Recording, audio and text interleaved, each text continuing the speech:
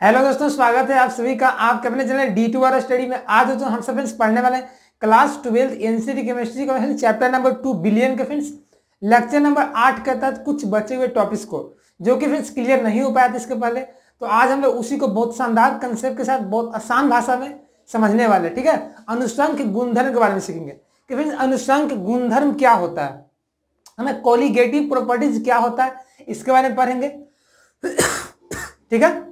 बहुत आसान friends concept है जो कि बहुत बार आपको फ्रेंड्स एग्जाम में आपको हमेशा सवाल इससे आते रहते हैं, ठीक है। आराम से समझेंगे, कोई हड़बड़ी नहीं, ठीक है। चलिए शुरुआत करते हैं आज के क्लास को। समझना है, क्लियर करना है, बस कुछ नहीं, वीडियो को अंत तक देखते रहिए, ठीक है। देखिए तो समझ यहाँ पे एक और ऐड कर लीजिएगा, यहाँ पे छूट गया, ठीक है। क्वथनांक में उन्नयन सीखेंगे, हिमांक में अवनमन सीखेंगे क्या होता है, परासरण दाब सीखेंगे और फ्रेंड्स हम लोग सीखेंगे क्या है वाष्प दाब में क्या सीखेंगे तो तुम लोग सापेक्षिक अवनमन, ये भी हम लोग सीखेंगे, हाँ। तो ये सब हम लोग 5 टॉपिकों को आज हम लोग डिस्कशन करने वाले इस वीडियो में, ठीक है। तो सबसे पहले फ्रेंड्स समझते हैं कि अनुसंख्य गुणधर्म होता क्या है ना।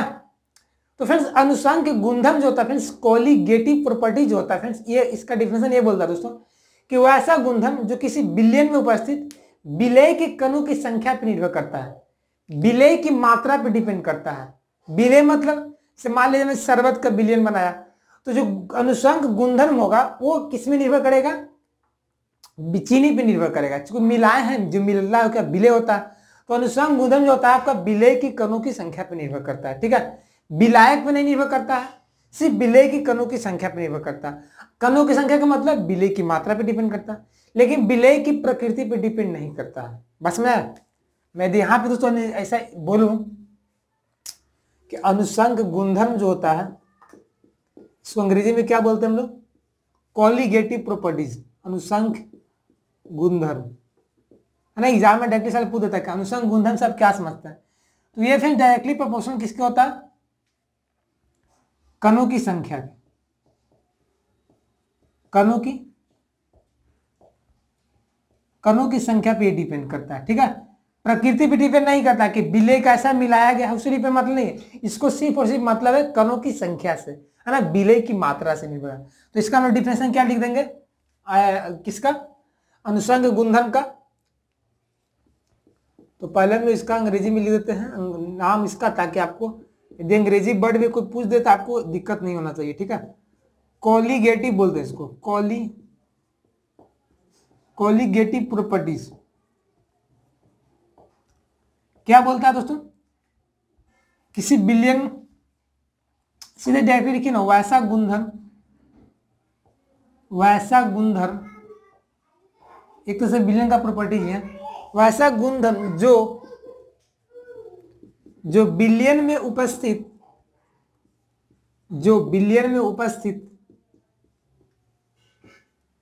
किस पे निर्भर करता है, बिलियन में उपस्थित विलेय की कणों की संख्या पे। विलेय समझते हैं ना, विलेय, देखिए एग्जाम में ऑब्जेक्टिव में आपको कंफ्यूज कर देगा, बोल रहा है विलायक पे कि विलेय के कि बिलियन पे, तो आपको विलेय पे याद रखना है, उपस्थित विलेय की कणों की संख्या पे निर्भर करता है, कणों की संख्या पर निर्भर करता है। क्या कहलाता है दोस्तों, अनुसंख्य गुणधर्म कहलाता है। आपको एग्जाम फ्रेंड्स वाले ऐसे दे देंगे, बोले कि निम्न में कौन अनुसंख्य गुणधर्म नहीं है ना, तो मैं बताता हूं कैसे उसको हैंडल करना। अनुसंख्य गुणधर्म कहलाता है। और दोस्तों सबसे इंपॉर्टेंट तो यहाँ पे एक नोट पॉइंट करके डालिएगा, क्योंकि एग्जाम में आपको आता है सवाल हमेशा। जो फिर अनुसंख्य गुणधर्म होता है दोस्तों वो विलेय की प्रकृति पे निर्भर करता नहीं है, ठीक है। किस पे निर्भर नहीं करता, विलेय की प्रकृति पे, मतलब विलेय कैसा मिला रहे हैं उससे उसको मतलब नहीं है, उसको मतलब सिर्फ संख्या से, मात्रा से निर्भर है। तो अनुसंख्य गुणधर्म विलेय की प्रकृति पे निर्भर नहीं करता है ना, नेचर पे निर्भर नहीं करता, प्रकृति पे निर्भर नहीं करता, प्रकृति पे निर्भर नहीं करता। बात समझ आया। यदि आपसे को पूछे कि अनुसंख्य गुणधर्म किस पे डिपेंड करता है, तो ओनली वन का हमारा आंसर आएगा कणों की संख्या पे। किसके कणों की संख्या पे, विलेय के कणों की संख्या पे। अब फ्रेंड्स जो कि अनुसंग गुणधर्म बहुत सारे होते हैं, देखिए तो पहला तो अनुसंग गुणधर्म कौन कौन सा हो जाएगा। सबसे पहला फ्रेंड्स जो होता है क्वथनांक में उन्नयन। क्वथनांक में जो फ्रेंड्स उन्नयन एक गुण जो है फ्रेंड्स आपका विलयन का, वो आपका फ्रेंड्स क्या आपका अनुसंग गुणधर्म होता है। ये आपका अनुसंग गुणधर्म है। मतलब कि क्वथनांक में यदि उन्नयन रहेगा वो किस पे डिपेंड करेगा, विलय के कणों की संख्या पे। जिसका कणों की संख्या ज्यादा होगा उसका क्वथनांक उन्नयन ज्यादा होगा, जिसका कम होगा उसका कम होगा, है ना। इसको मतलब नहीं कितना ज्यादा है, नहीं है, इसको बस कणों की संख्या निर्भर है ना। आगे बढ़ते तो बढ़ जाता है हिमांक में अवनमन। ये भी आपका फ्रेंड्स क्या आपका डिप्रेशन इन क्या हो जाएगा आपका फ्रीजिंग पॉइंट, है ना। हिमांक में अवनमन हो जाएगा। फिर फ्रेंड्स क्या जाएगा आपका परासरण दाब। जो तो परासरण दाब भी जो तो आपका भी क्या आपका क्वथना एक अनुसंग गुणधर्म है। और फ्रेंड्स क्या क्या है, और दोस्तों आपका एक अर्ध आयु होता है। अर्ध आयु जो है फ्रेंड्स ये भी आपका क्या है अनुसंग गुणधर्म है, ठीक है। ये भी आपका कणों की संख्या पर निर्भर करता है। आप आए क्लास 11 से पढ़े होंगे, मैं यहाँ पढ़े होंगे आप लोग अर्ध आयु, मैं पढ़ाऊंगा इसे आपको, तो वहां पे पढ़ना है रेडियो एक्टिविटी चैप्टर में, है ना, हाफ लाइफ टाइम। तो वहां पे अर्ध जीवन काल अर्ध आयु आपका क्या है अनुसंग गुणधर्म है। तथा दोस्तों एक और क्या फ्रेंड्स आपका एक आपका जो बाष्प दाब में सापेक्षिक अवनमन है, वो भी फ्रेंड्स आपका क्या है आपका अनुसंग गुणधर्म है। तो बाष्प दाब में सापेक्षिक अवनमन, बाष्प दाब में सापेक्षिक अवनमन। प्रकाशिक क्रियाशीलता भी जो फ्रेंड्स क्या आपका वही अनुसंग गुणधर्म में आता है। इसको छोड़ करके दोस्तों जितने भी आपके सारे चीज आएंगे वो सारे का सारा चीज आपका अनुसंग गुणधर्म नहीं होगा, है ना। मोललता हो, मोलरता हो, मोलंस हो, वो सब अनुसंग गुणधर्म नहीं होता है। तो एग्जाम में सवाल आपको मैं बता दूं हमेशा प्रीवियस से देखिएगा 7 से 8 नंबर जो इस टॉपिक से सवाल आते हैं अनुसंग गुणधर्म से, तो इसको समझना हम लोग को बहुत जरूरी था, इसलिए हम लोगों ने इसको पढ़ा। चलिए तो पहले आप इसको क्या करिए नोट कर लीजिए। तो अनुसंग गुणधर्म को क्या कहता है। फिर इसके बाद हम लोग आते हैं क्वथनांक में उन्नयन, है ना। क्वथनांक में उन्नयन को हम लोग एलिवेशन इन बॉइलिंग पॉइंट पढ़ते हैं। फिर हम लोग पढ़ेंगे क्या डिप्रेशन इन फ्रीजिंग पॉइंट, फिर ऑस्मेटिक प्रेशर सब पढ़ेंगे बारी बारी से। इसको पहले नोट करिए।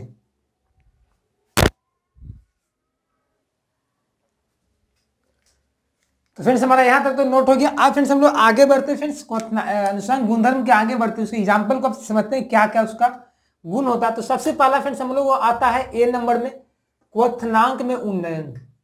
क्या आता है क्वथनांक में उन्नयन। इसको अंग्रेजी फ्रेंड्स क्या हम लोग बोलते हैं एलिवेशन। एलिवेशन का मतलब ये होता है बढ़ना, तो एलिवेशन हो जाएगा, ठीक है। उन्नयन का मतलब क्या होता है बढ़ना, है ना। उन्नयन का मतलब समझिए अभी आप समझिए बढ़ना, है ना, वृद्धि। तो एलिवेशन इन किसमें हो जाएगा बॉइलिंग पॉइंट बोल सकते हैं हम लोग। बॉइलिंग पॉइंट आप समझते ही होंगे आप लोग, पानी वगैरह को पानी को उबालते हैं, कभी उबाले हैं जिंदगी में, उबाले होंगे आप लोग कभी गर्म पानी पीने के लिए, तो हम उबालते हैं उसको।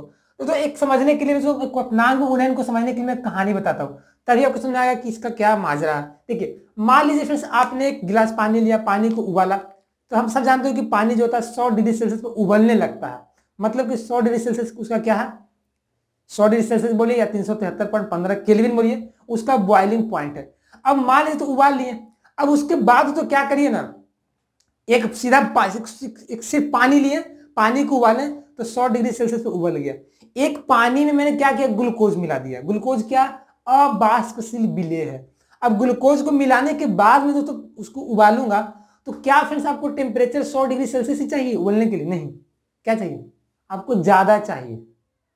आप खुद ये प्रैक्टिस कर सकते हैं, ये प्रैक्टिकल एक्सपेरिमेंट कोई बड़ा हार्ड है, खतरनाक है नहीं, तो आपको ज्यादा चाहिए। मतलब कि टेम्परेचर बढ़ गया बिलियन, मतलब उस बिलियन का जो उबालने का जो पॉइंट था बढ़ गया, तो उसी को क्या बोलते हैं क्वथनांक में उन्नयन। बस में पहले मैंने एक सिर्फ पानी लिया, पानी को उबाला तो 100 डिग्री सेल्सियस पे उबल गया, है ना। उसके बाद में क्या किया, पानी में मैं मिलाया चीनी, मिलाया चीनी क्या अबाष्पशील है, ग्लूकोज अबाष्पशील मिला दिए, मान ग्लूकोज ही मिला दिए, अबाष्पशील है। अब मिलाने के बाद में उसको उबाला तो मुझे पता चला कि नहीं 100 से ज्यादा पे उबल रहा है, 100 डिग्री सेल्सियस पे नहीं उबल रहा है, ज्यादा उबल रहा है, मतलब उसका क्वथनांक बढ़ गया, बॉइलिंग पॉइंट बढ़ गया। तो जो बढ़ा है ना इसी को बोलते हैं क्वथनांक में उन्नयन बोलते हैं। बस में चलिए तो इसको लिखते हैं हम लोग, कोई भी दिक्कत नहीं आप लोग को होना चाहिए, ठीक है। तो हम दोस्तों क्या बोलेंगे, इसका डिफिनेशन में क्या लिखूंगा, इस जगह तो जितना सारा बता रहा हूँ सारा का सारा मैं एक भी टॉपिक को नहीं छोड़ रहा हूँ, जितने भी आपका एनसीईआरटी बुक में मेंशन किए गए हैं टॉपिक, सारे टॉपिक में कवर अप करते चल रहा हूँ, ठीक है, एक भी नहीं छोड़ रहा हूँ, डिटेल में पढ़ा रहा हूँ, इसलिए आपका भी कर्तव्य बनता है आराम से पढ़ें। तो क्या बोलेंगे, जब किसी बिलियन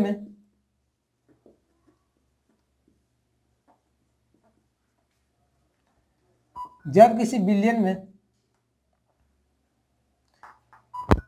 यहाँ फिर क्या जगह आपका, तो यहाँ पे देखिए बिलियन नहीं होगा, तो हम बिलियन की बात नहीं करेंगे, क्योंकि फिर शुरुआत में पानी है ना, तो पानी क्या है, तो पानी में तो कुछ मिला है ना, तो बिलियन तो है नहीं, पानी क्या विलायक है। तो क्या लिखेंगे, जब किसी शुद्ध विलायक में, इस बात को ध्यान दीजिएगा, ठीक है, डिफिनेशन बनाया जाता है, मैं आपके सामने क्रिएट कर रहा हूँ, मैं रटा ना हूँ, ठीक है। तो चूंकि पानी विलायक होता है इसलिए मैं विलायक नहीं होगा, बिलियन नहीं लिखूंगा। तो जब किसी शुद्ध विलायक में क्या करूंगा, अबाष्पशील, यहाँ पे आपको समझना है, डिफरेंस को रटना नहीं है। तो शुद्ध विलायक में अबाष्पशील विलेय, क्योंकि ग्लूकोज क्या होता है, अबाष्पशील है। अबाष्पशील का मतलब क्या होता है, जो बाष्प बन के ना उड़ जाए, कोई होता है आपका बाष्प बन के उड़ जाएगा, है ना, वो ऐसा नहीं रहना चाहिए। तो अबाष्पशील विलेय गायब नहीं होना चाहिए। जब शुद्ध विलायक में अबाष्पशील विलेय को मिलाया जाता है, अबाष्पशील विलेय को मिलाया जाता है। अब बताइए दोस्तों, विलायक में क्या विलेय मिलाया, तो क्या बनेगा, बिलियन बनेगा। मिलाया जाता है तो उससे बनने वाले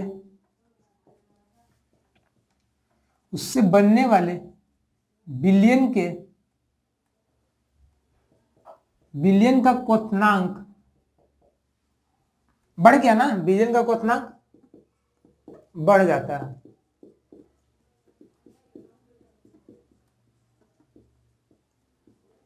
बिलियन के क्वथनांक में यह वृद्धि, जो आपका फ्रेंड्स बढ़ा है ना, वृद्धि क्या कहलाता है, वृद्धि क्वथनांक में उन्नयन कहलाता है। जो बढ़ा है आपका फ्रेंड्स, जो बिलियन का क्वथनांक जो कुछ बढ़ा है, वो क्या कहलाता है, क्वथनांक में उन्नयन कहलाता है। बात समझा। तो हम लोग फ्रेंड्स फार्मूला से क्या लिख सकते हैं, तो इसलिए क्या लिख सकते हैं हम लोग, क्वथनांक में जो उन्नयन हो, तो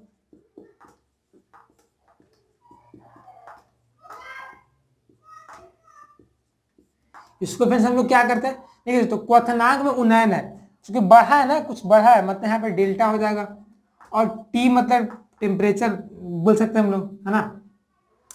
और फ्रेंड्स बढ़ा है ना, तो चूंकि देखिए तो बॉइलिंग पॉइंट बी से बोलते हैं, बॉइलिंग पॉइंट का पहला लेटर बी आता है, तो इसलिए यहाँ पे क्या करेंगे हम लोग, बी लिख देंगे। तो डेल टी बी हो जाएगा फार्मूला इसका। बराबर में दोस्तों क्या जाएगा आपका, बढ़ा है ना, तो आपको तो रेंज निकालना है, कितना बढ़ा कितना घटा, क्या करते हैं, फाइनल माइनस इनिशियल, है ना, अंतिम माइनस प्रारंभिक। तो क्या करेंगे दोस्तों, बना क्या, बिलियन बना ना, तो बिलियन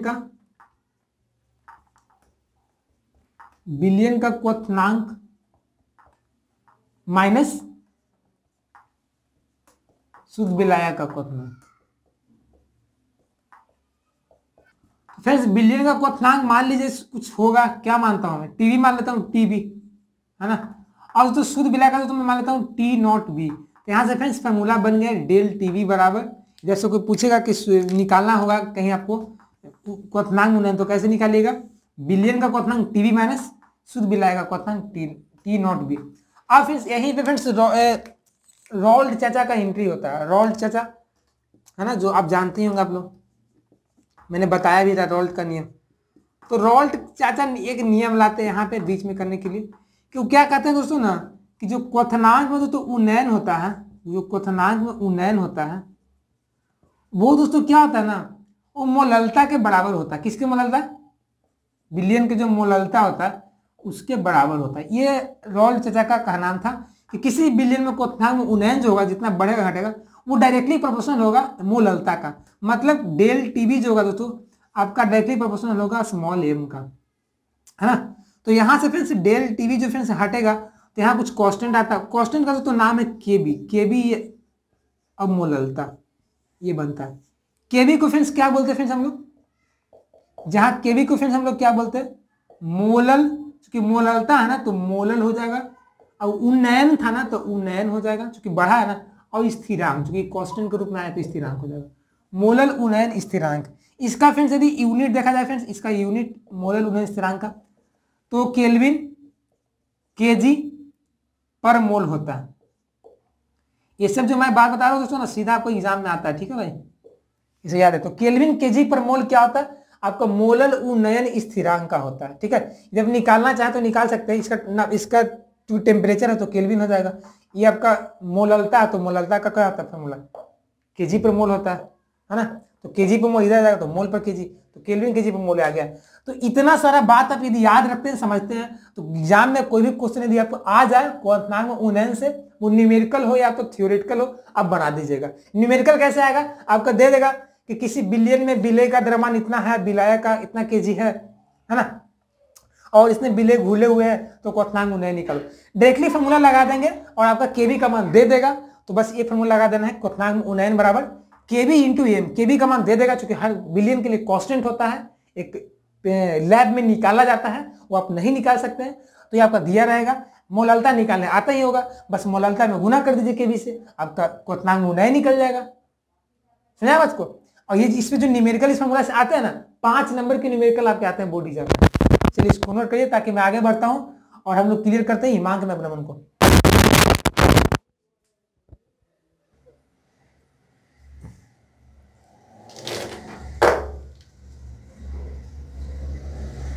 चलिए फ्रेंड्स हम लोग आगे बढ़ते हैं और आगे बढ़ते देखते हैं सेकंड को मैं हिमांक में अवनमन क्या कहता है। देखिए तो आपको हिमांक तो पता ही होगा, फ्रीजिंग पॉइंट जिसको बोलते हैं।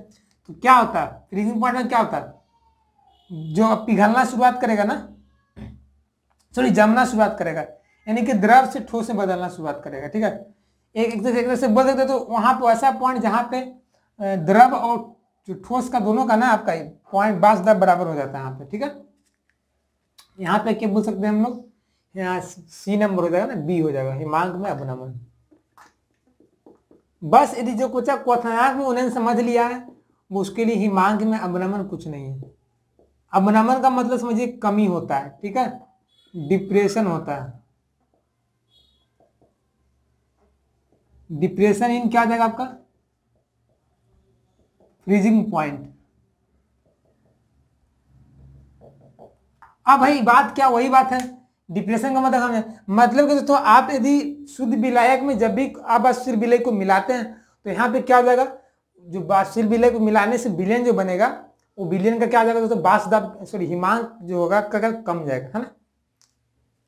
तो यहाँ पे बोल सकते हैं हम लोग क्या, जब उसमें बढ़ रहा था वो घट जाएगा, जब किसी शुद्ध विलायक में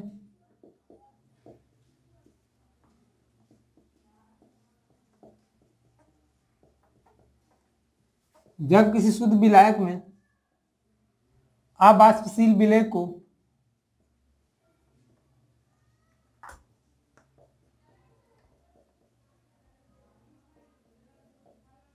अबाष्पशील विलय को मिलाया जाता है, अबाष्पशील विलय को मिलाया जाता है, तो उससे बनने वाले विलयन, तो उससे बनने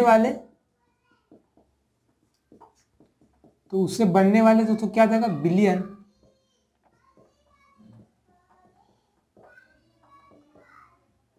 कि बाष्प दाब क्या होते हैं, कम जाते हैं।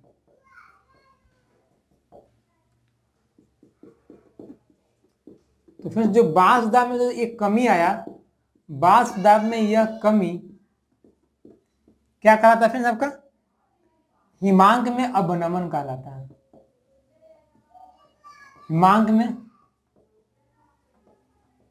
अवनमन कहलाता है। इसे फ्रेंड्स हम लोग क्या करते हैं, इसे दोस्तों टीएफ द्वारा सूचित करते हैं। इसे क्या करते हैं दोस्तों, टीएफ द्वारा, इसे टीएफ द्वारा सूचित करते हैं, ठीक है। अब जैसे टीएफ द्वारा सूचित करते हैं, अब यहां से फॉर्मूला से क्या बन जाएगा, इसलिए फ्रेंड्स हम लोग लिख सकते हैं दोस्तों टीएफ जो होगा तो आपका जो हिमांक में अवनमन होगा वो क्या आ जाएगा, कम रहा है तो किसका कम रहा है, बिलियन का कम रहा है, मतलब ज्यादा किसका था, विलायक का ज्यादा था, शुद्ध विलायक का। तो यहाँ पे लिख सकते हैं दोस्तों, शुद्ध विलायक का वाष्प दाब, सॉरी शुद्ध विलायक आपका हिमांक माइनस बिलियन का घट गया ना, चूंकि इसी तो अवनमन आया, तो यहाँ पे क्या लिख दीजिएगा, बिलियन का हिमांक, है ना। अब चूंकि इसको टीएफ द्वारा सूचित किए हैं तो टीएफ लिख दीजिए, और शुद्ध विलायक के लिए हम लोग क्या करते हैं, टी नॉट लिखते हैं, टी नॉट एफ माइनस इसको क्या कर दीजिए आपका, सॉरी यहाँ पे डेल टीएफ हो जाएगा दोस्तों, यहाँ पे डेल टीएफ, क्योंकि अवनमन का मतलब कुछ आपका ये रेंज निकालता है, कितना घटा कितना बढ़ा, तो डेल टीएफ हो जाएगा, यहाँ पे आपका टीएफ हो जाएगा। तो ये फिर से आपका फॉर्मूला आ गया, जो इसको आपको याद रखना है, क्योंकि आप इसी पे फिर आपका न्यूमेरिकल बनेंगे, है ना। शुद्ध विलायक का दे देगा, बोलेगा बिलियन का निकालो, बिलियन का दे देगा, शुद्ध विलायक का बोलो, ऐसे निकालने के लिए देगा, ठीक है। अब यहाँ भी फ्रेंड्स रोल्ट चाचा एंट्री मारेंगे, कहेंगे कहाँ जा रहे हो तुम, बोलेंगे कि तुम कहाँ जा रहे हो, क्वथनांक तो बचा ही नहीं, तुम कहाँ से बचोगे। तो रोल्ट साहब का यहाँ पे नियम आ जाएगा और इस पर अप्लाई हो जाएगा। तो रोल्ट साहब क्या कहते हैं, जो बात क्वथनांक को कहते हैं वही बात इसको भी कहेंगे। क्या कहेंगे रोल्ट का नियम साहब, कि जो तो हिमांक में जो अवनमन होगा, हिमांक में जो फ्रेंड्स अब का अवनमन होगा वो डायरेक्टली प्रोपोर्शनल होगा किसके, मोललता के। अब मोललता तो सबको निकालना आता ही होगा, कि मैं इस पर एकदम पूरा कंसेप्ट ही तोड़ दिया हूं आपको। तो हिमांक में अवनमन क्या हो जाएगा, del T F directly proportional to small M. तो यहाँ से फिर समानुपाती का चिन्ह हटेगा तो क्या है, कांस्टेंट आएगा, कांस्टेंट तो के रहेगा, लेकिन फ्रीजिंग पॉइंट है तो यहाँ पे एफ लग जाएगा। डेल टी एफ पते हैं हिमांक में अवनमन है, एम पते हैं मोललता, के एफ वही क्या है, तो के एफ फ्रेंड्स कुछ नहीं है, इसको हम लोग क्या बोलते हैं, मोलल तो बोलेंगे क्योंकि मोललता के लिए आया है, और चूंकि ये अवनमन के लिए आया है तो अवनमन हो जाएगा, मोलल अवनमन। चूंकि ये कांस्टेंट है इसलिए मोलल अवनमन स्थिरांक बोल देंगे। और तो इसका ऐसा मात्रा क्या हो जाएगा, केल्विन केजी पर मोल हो जाएगा। इसी को फ्रेंड्स क्या बोलते हैं हम लोग पता है, इसको क्या बोलते हैं हम लोग, क्रायोस्कोपिक बोलते हैं इसको, ठीक है। इसको हम लोग क्रायोस्कोपिक के भी नाम से जाना जाता है, क्रायोस्कोपिक।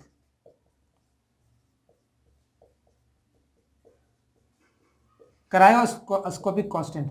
और जो वहां पे मोलल उन्नयन स्थिरांक आया था उसको हम लोग बोलते हैं इबुलियोस्कोपिक, इबुलियोस्कोपिक बोलते हैं। तो इस समय एग्जाम में आपको ऑब्जेक्टिव सॉल्व भी आ सकते हैं, तो कोई दिक्कत नहीं आना चाहिए। न्यूमेरिकल आएगा तो बन जाना चाहिए, तो मैं आपको बता दिया कैसे न्यूमेरिकल पूछेगा।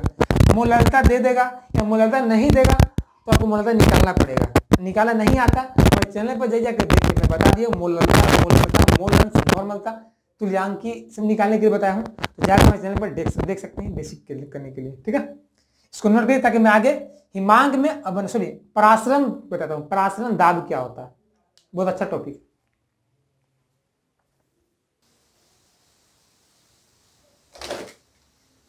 दोस्तों जब फिर हम लोग आगे बढ़ते हैं तो फिर सी नंबर को देखते हैं, क्या परासरण दाब, ये भी क्या, ये भी आपका फ्रेंड्स क्या कर से अनुसंग गुणधर्मीय परासरण दाब बोलते हैं इसको।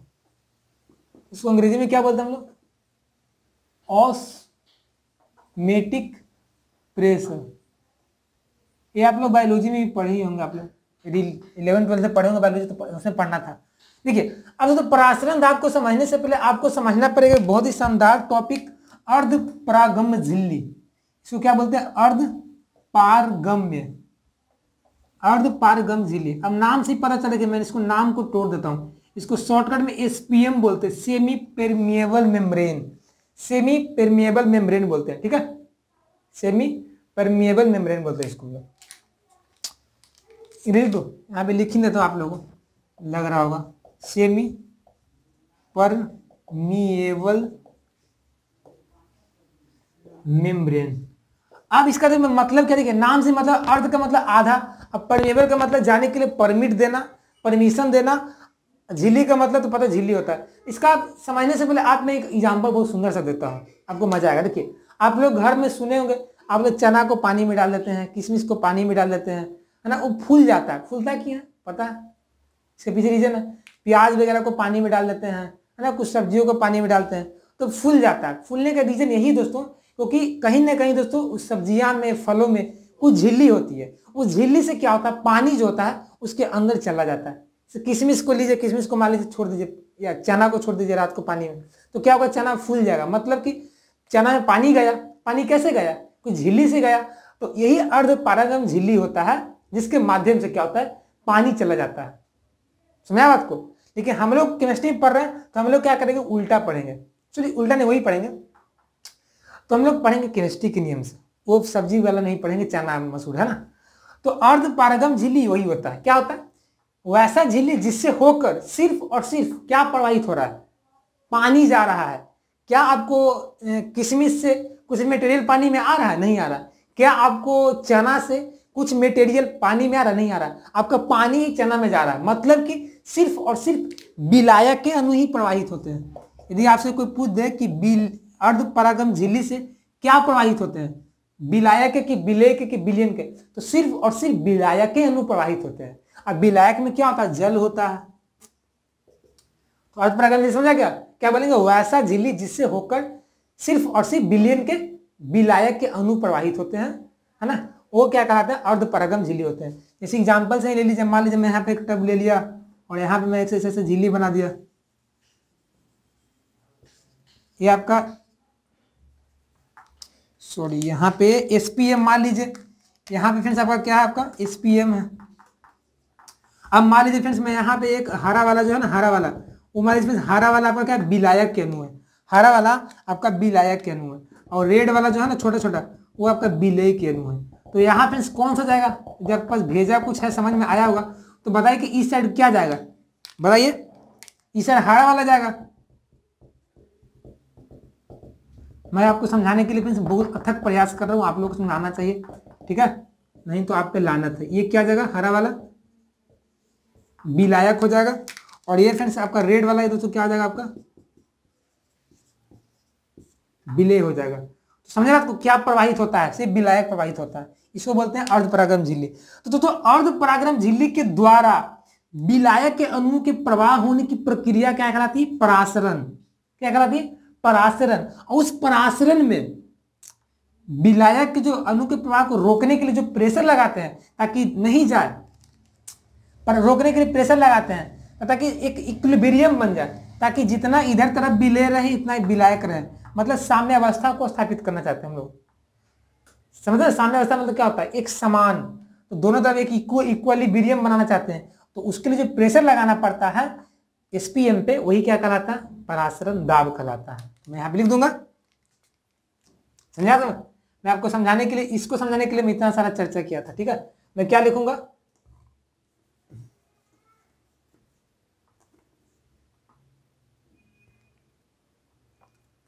मैं यहाँ पे लिखता हूं दोस्तों, परासरण की क्रिया में, परासरण की क्रिया में अर्धपारगम झिल्ली से होकर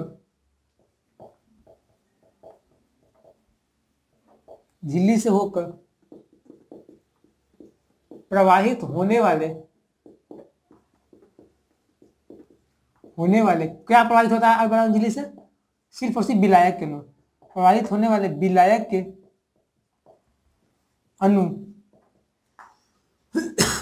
विलायक अणुओं को रोकने के लिए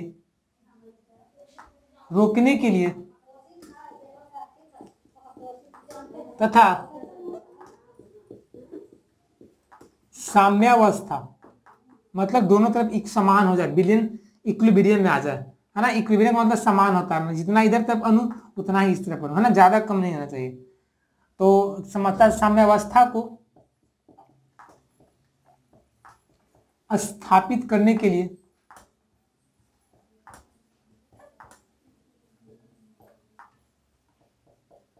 लगाया गया दाब क्या कहलाता है दोस्तों, आपका परासरण दाब कहलाता है।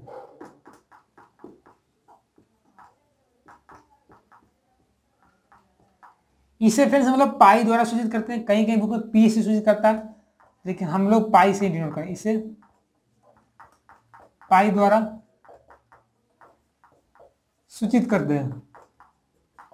और दोस्तों पाई जो होता है दोस्तों, पाई यानी कि परासरण दाब,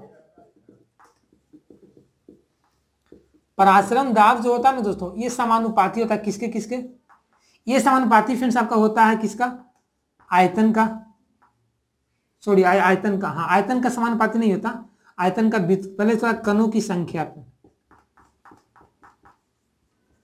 आपको तो पता ही होगा क्योंकि पराश्रम दाब क्या अनुसंग गुणधर्म है, तो कणों की संख्या के समानुपाती होगा ही होगा।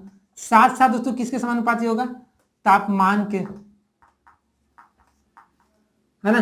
टेम्परेचर बढ़ाइएगा तो जल्दी होगा पराश्रम, सॉरी प्रेशर ज्यादा लगेगा, ज्यादा जल्दी जल्दी होगा ना, तो रोकने के लिए प्रेशर ज्यादा लगेगा। फिर दोस्तों ये क्या होता है आपका दोस्तों, आयतन का क्या होता है, व्युत्क्रमानुपाती होता है।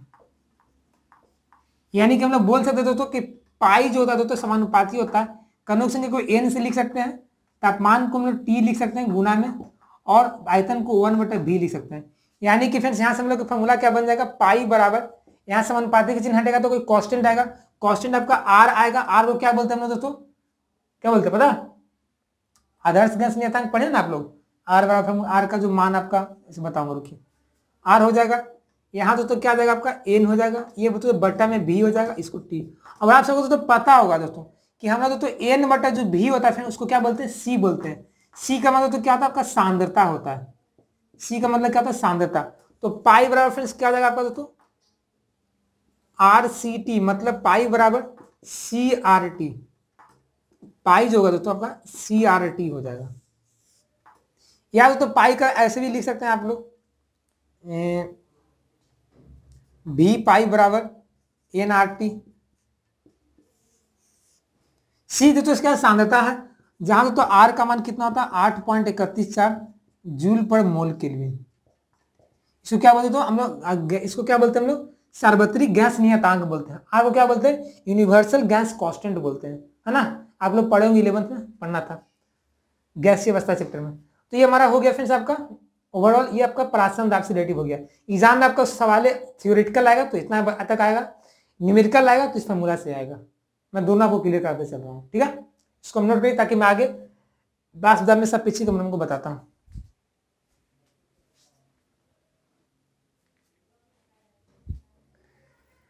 तो friends now we are going to discussing the next topic. क्या हम लोग पढ़ेंगे, बास दाब में सापेक्षिक अवनमन, जो कि हम लोग पहले भी डिस्कस कर चुके हैं, ठीक है। लेकिन हम लोग इसका डिफिनेशन जो थोड़ा सा लिख लेते हैं क्योंकि नया टॉपिक है, नया नहीं नया वीडियो तक। देखिए बास दाब में सापेक्षिक हम लोग समझिए होंगे, बास दाब में अवनमन का मतलब क्या होगा, बास दाब उसका घट जाएगा। सापेक्षिक का मतलब क्या होता है, किसी की अपेक्षा, मतलब किसी की रिस्पेक्ट में, है ना। तो मैं आप बोलूंगा कि आप उसकी अपेक्षा ज्यादा इंटेलिजेंट है, मतलब वो कमजोर है आप ज्यादा तेज है ना, तो अपेक्षा करेंगे, क्या ऐसे करेंगे। और आपको पता ही होगा दोस्तों कि जो अपेक्षा किया जाता है किसी किया जाता है, किससे, आइडियल से। मैं बोलूंगा कि आप उसके तुलना में कमजोर है, मतलब अच्छा है ना।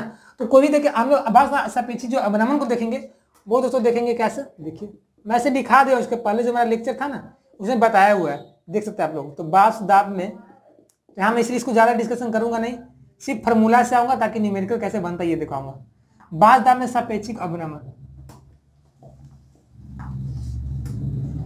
अब इसका देखिए कैसे बनेगा, देखिए ये फिर इसके डिफिनेशन क्या बोलता है कि बास दाब में अवनमन, बास दाब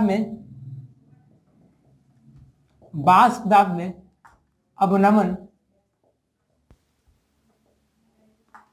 तथा शुद्ध विलायक के बास दाब के अनुपात को क्या बोलते हैं हम लोग, बास दाब में सापेक्षिक अवनमन। शुद्ध विलायक के बास दाब, इसको फिर हम लोग RL भोंपू बोलते हैं, RLVP, है ना, रिलेटिव लोअर वेपर प्रेशर। तो जो कि बास दाब में अवनमन है मतलब कुछ घट बढ़ रहा होगा, तो डेल क्या कर दीजिए, बास दाब यानी कि क्या प्रेशर है ना, तो P कर दीजिए, बटा में शुद्ध विलायक है तो क्या हो जाएगा आपका P0 हो जाएगा। तो यहाँ से दोस्तों RLVP क्या हो जाएगा आपका दोस्तों P माइनस P0 हो जाएगा। कोई दिक्कत, घट रहा है ना, सॉरी P0 माइनस P हो जाएगा, बटा में P0 हो जाएगा। ये तो फिर आपका क्या देंगे बात सबसे अवनमन निकल गया। लेकिन यहाँ पे न्यूमेरिकल कैसे आएगा, न्यूमेरिकल इस पे नहीं आता है, न्यूमेरिकल कुछ और पे आता है। देखिए रॉल्ड चाचा का यहाँ भी एंट्री होगा, कहेंगे तुम कहाँ बच रहा है। देखिए तो रॉल्ड चाचा ना सब जगह अपना कांड कर चुके हैं, ठीक है, चारों जगह आए हैं, यहाँ भी आए हैं, यहाँ भी आए, यहाँ भी आए हैं, ठीक है, यहाँ पे आए हैं, यहाँ पे शायद लगता है नहीं आए होंगे, है ना, नहीं लग पता चला, लेकिन यहाँ पे आए हैं। तो रॉल्ड साहब क्या बोलेंगे कि भाई तुम कहाँ जा रहे हो, जो वाष्प दाब में जो अवनमन होता है, जो वाष्प दाब में वो सापेक्षिक अवनमन होता है, ये किसके समानुपाती होता है? ये समानुपाती होता है फ्रेंड्स आपका विलय के मोल अंश। मोल अंश हो जाएगा तो व्यास सापेक्षिक अवनमन क्या आपका पी नॉट माइनस पी बटा में पी नॉट। विलय का मोल अंश निकाले आता है, मोल अंश तो मैं निकाला सिखाया था ना, सिखाया था वहां पे। तो मान लीजिए बिलियन में क्या आपका दोस्तों दो चीज रहता है, बिलियन में आपका दो चीज रहता है, एक मान लीजिए ए है एक बी है। ए दोस्तों क्या आपका विलय है और बी दोस्तों क्या आपका विलायक है। तो चूंकि विलय का मोल अंश निकालना है तो विलय के मोलों की संख्या ऊपर रख दीजिए एन ए बटा टोटल बिलियन का मोल अंश। तो बिलियन का मोल अंश क्या हो जाएगा विलय के मोलों की संख्या प्लस विलायक के मोलों की संख्या। तो विलय के मोलों की संख्या मान लीजिए आपका एन ए है, अब विलायक के मोलों की संख्या एन बी है, तो नीचे क्या जाएगा N A plus N B.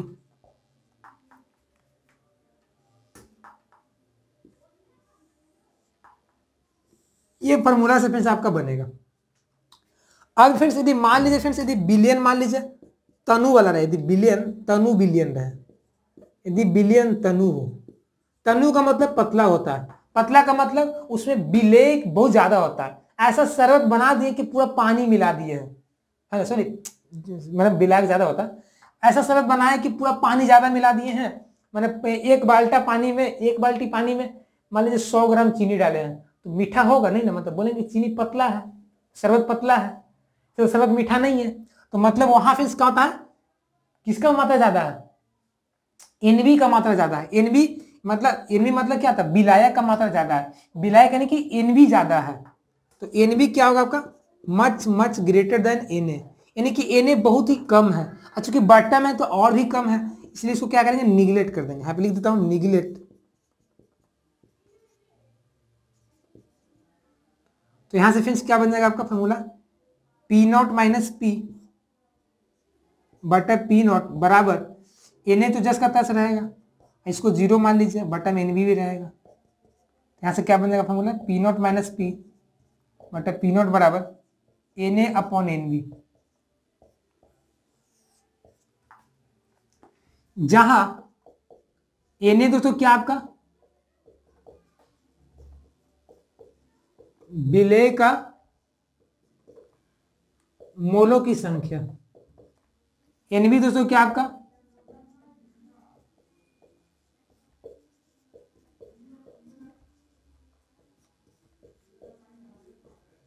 विलायक के मोलों की संख्या। तो जिस बच्चा को मोलों की संख्या निकालने आता है वो फटाक से क्वेश्चनों को सोल्व करेगा। और मैं वार्निंग सबको दिया था क्लास 11th में ही कि बच्चा लोग ये पढ़ लो, कुछ पढ़ो ना पढ़ लो, मोललता सब निकालना सीख जाओ कि आपको क्लास 11th में यूज होगा। यहाँ यूज नहीं होगा तो आपको यूज होगा कहाँ है इलेक्ट्रोकेमिस्ट्री में, क्योंकि मैं जस्ट अब चालू करने वाला हूँ 2-3 लेक्चर के बाद। तो यहाँ तक तो हमारा था चैप्टर नहीं लेक्चर खत्म हुआ।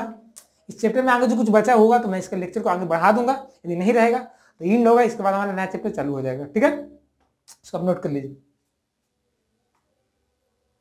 तो कोई यहां तक किसी को दिक्कत हुआ नहीं ना, कोई भी नया चीज नहीं है, हम लोगों ने सब पढ़े हुए चीजों को ही बार बार बताया हूं, कोई नया चीज नहीं है। नया चीज आया तो मैं उसके लिए बताया हूं क्या ये है ना। तो दोस्तों कैसा लगा आज का क्लास, अच्छा लगा ना, कुछ सीखे हेल्पफुल था तो प्लीज यार वीडियो को फटाफट से लाइक कर देंगे और चैनल को सब्सक्राइब कर देंगे, क्योंकि फ्रेंड्स आप सबने एक सही जगह आए हैं। हमारे चैनल पे आपका fully class 10th 11th and 12th की एनसीईआरटी की तैयारी कराई जाती है free of cost Hindi medium में। तो चैनल को सब्सक्राइब कर रखें, हमसे जुड़े रहें। मिलते हैं नए वीडियो में, तब तक के लिए बने रहिएगा।